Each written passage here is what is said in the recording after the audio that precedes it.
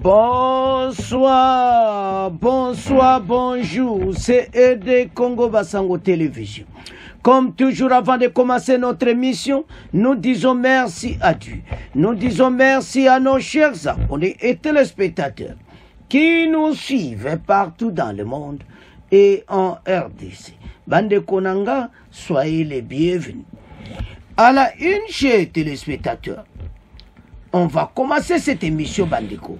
Au Balubake Yindi, réaction, il live, il y a union sacrée, Thierry, à Ekolobela, Martin Fayoulou, si discours na yeza somme.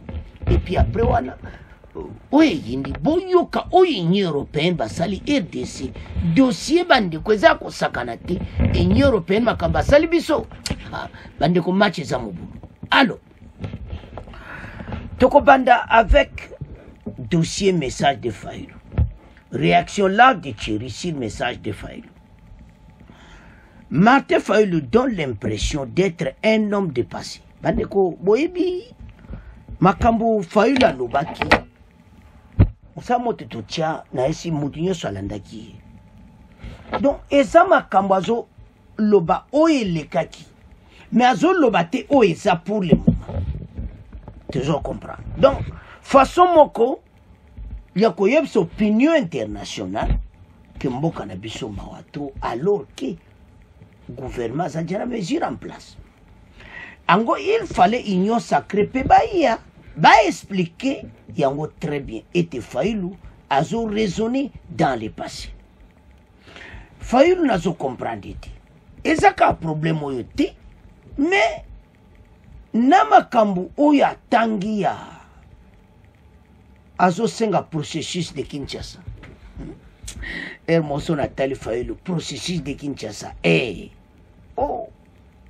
Donc, processus de Kinshasa ponaye, asangisa ba président nyonso ba ya ba parti politique ba sangana mboka ezana désordre, do mboka ezo marchete, do sono tala Martin Fayoulou, ça m'étonne. Crise ni na wozana ABC. Et ça m'a wa. Donc Martin Fayoulou a raisonné ndenge moko dans le passé. Donc au taliti au lobby bon Martin Fayoulou. Ce que vraiment ça congolais. Oyeba oyezo le kanakin chasate pour le monde. Mais tout temps on au tirer à lobby bon te développer ma solo. Martin Fayoulou donne l'impression d'être un homme du passé parce que dans son discours il brosse une situation du pays qui correspond exactement à ce que le chef de l'État avait trouvé en 2018. Lorsque dans sa passation au pouvoir, c'est dans ces termes que réagit le lundi 30 décembre Thierry Mosenepo, cadre de l'Union sacrée au discours du leader du parti Engagement pour la citoyenneté et développement ici. Pour Thierry Mosenepo, Martin Fayoulou oublie que la RDC a eu enregistrer des éléments positifs sur le plan social, notamment la couverture santé universelle, la gratuité de la maternité et l'enseignement. Baso kama oyo Martin Fayoulou aye nango. Donc, baso mona ki azo raisonné dans le passé. Et ce qui est grave, net banditisme urbain. Bandiko tolo banana. Banditisme urbain oyo na ebite Martin Fayoulou bandeko azana ba problème sur lui makamuto oloba na bino Kinshasa mena ba du processus ya bakuluna makambo ebele. Alors soko tala Fayoulou okomona ke aza pena un homme dans le passé bandeko na ebite Congolais nyonso tanga azolanda aomona alobi no tata oyo aza na problème sur lui. Oh nayebi te azomema RDC wapi mais toyokana no Thierry bon to avance. Il dit que l'armée est abandonnée alors que pour la première fois, il y a une loi de réhabilitation sur la loi qui apporte non seulement les moyens mais aussi le suivi de notre armée. Il oublie aujourd'hui qu'il y a énormément d'avancées sur le terrain grâce à la détermination de nos troupes. Il oublie également que la diplomatie a eu à faire un bond avec notamment le fait que de manière claire, l'opinion nationale et internationale sait que l'agresseur, depuis 1996 jusqu'à aujourd'hui, c'est M. Paul Kagame. Il oublie de noter également qu'il y a énormément d'efforts qui sont aujourd'hui consentis pour la construction des routes, grâce notamment au programme de 145 territoires, un programme qui est très innovant et qui n'a jamais existé dans ce pays. Il oublie de mentionner le fait qu'il y a des routes de desserte agricole qui aujourd'hui sont en réhabilitation grâce à un programme structurel porté par le ministère du Développement rural, mais aussi financé par le gouvernement via le ministère des Infrastructures. Il oublie également de mentionner qu'aujourd'hui l'insécurité urbaine est maîtrisée par des programmes qui permettent de pouvoir éradiquer le phénomène Kuluna. Bande Kotolandi Chiri, à lui Makambo, il fallait raisonner d'aller passer parce que n'est n'a Kinshasa pour le moment, situation Kuluna. Mais baso éradiquer Kuluna pour le moment. Il y a FARDC, armée, c'est la loi programmation militaire. Donc Makamuto ya lobby fati déjà azosala. Donc réaction na ye eza simplement kapona kwa mbouye manipulation ndepasi ya za jamoto ya Katumbi Kabila bato ba réussir na bango te na RDC ba linga fati pas réussir. Ce qu'il a dit Thierry Atiena Nzila clairement était Fayulu aux Akodi. Et l'on est zanga Fayulu à l'Obake. Pour le moment à Kinshasa, opération Ndobozo Sala. Peut-être mona bafoui. Bandi ko diminuer Kuluna. Na mikolo ko ya oyebisanga so nani. Toko taka 2025. Yebisa biso nani oyoki côté omoni Kuluna babomi mutu babotel biloko. Donc, baza ko travailler, ba kota de maison en maison. Ba kota ndolo kutu ba koti na ba pala batu. Ba kuti ba biloko moko osakana te. Biloko katika na ba kimbantseke ba kisenso, ba selemba nzoka nde tina kote pembe na Gombe na zone ya Kinshasa na ndolo mawatro. Alors, biloko wana eza otolo ba benemi ya Congo. Bali Congo est à la tranquillité. Osomona. Alors, maintenant, bako boma bango, bakuluna, mais Fayulu alobi yango te, nande ba mesure gouvernement zu. Alors, Thierry Pena a che Fayulu Nzela, wana toko perdre de temps de temps na bino, to kena dossier munene, boyoka oyo Union européenne basali RDC, dossier moko bandeko somo. Au mona clairement été bateau yo balingi mboka na bisuti. Bande ko ba suspendre cacao batindi ba Rwandais. Baya ko sala ba investigateur na kati ya RDC ba Rwandais na ba giso ba Ugandais baya ko sala inspection. Boko yo kande paluka ko expliquer. Bateau balingi mboka na bisuti. Ce n'est pas possible. Non. Le gouvernement congolais, par le biais des ministres du commerce extérieur, Julien Paluku, a estimé que la décision de l'Union européenne d'envisager de l'année prochaine le retrait du cacao du café de la République démocratique du Congo de son marché en raison du règlement zéro déforestation, ça ne se justifie pas. Pour ces deux membres du gouvernement, le café et le cacao congolais ne sont pas produits dans des zones victimes de déforestation, mais sur des terres arabes. Par conséquent, il ne devrait pas être sanctionné. Eko simba te toko kena binoti na suka. Parce que tozo teka kakao na biso, Kagame kaka. Bande konete tato alingi mboka na biso to sala nini. Union européenne a djina ba Rwandais. Baya, me bango ba Rwandais balingaka RDC te bako sa rapport ni. Quand l'Union européenne veut certifier le café ou le cacao, elle envoie les auditeurs pour vérifier.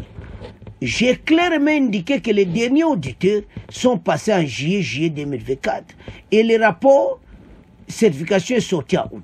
C'est un rapport qui a une validité d'une année et qui signifie que c'est en août 2025 qu'on devrait normalement revenir à la raison à cette situation.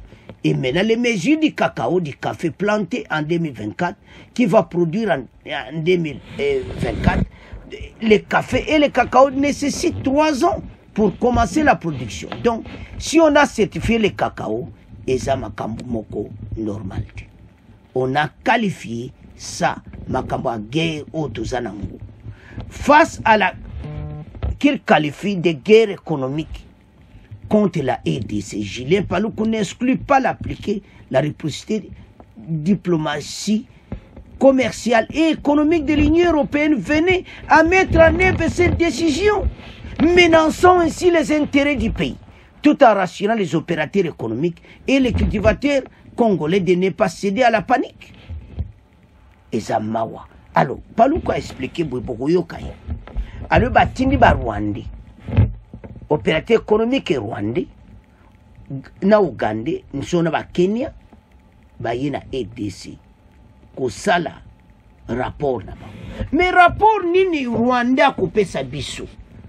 Uganda rapport nini batu ba yina mboka na biso?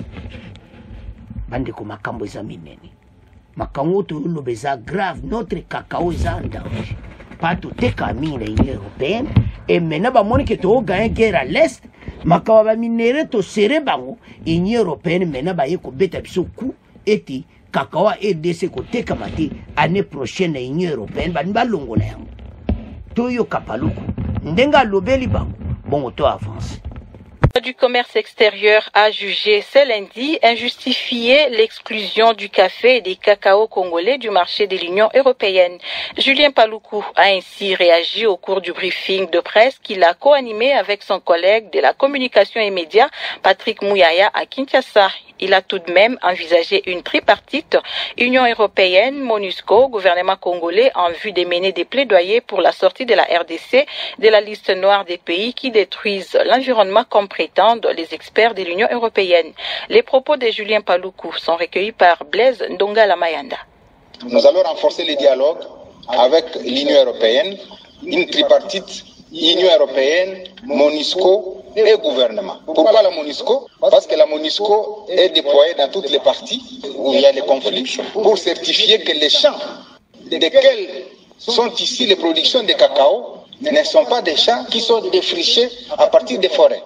La MONUSCO va participer à la tripartite. L'Union européenne, c'est pour expliciter les règlements qui a été voté par son Parlement. Le gouvernement, c'est pour dire exactement ce que je viens de vous dire, pour que la RDC sorte de la liste des pays parmi ceux qui ont détruit l'environnement. Deuxième mesure, c'est de renforcer en fait l'Agence nationale de promotion des exportations, l'ANAPEX, l'ONAPAC et l'OCC, pour que désormais nous puissions avoir une certification nationale. Parce que le fait d'avoir toujours des certifications qui viennent d'ailleurs, les gens viennent du Kenya, les gens viennent du Rwanda, les gens viennent de l'Ouganda, on peut leur prêter des intentions.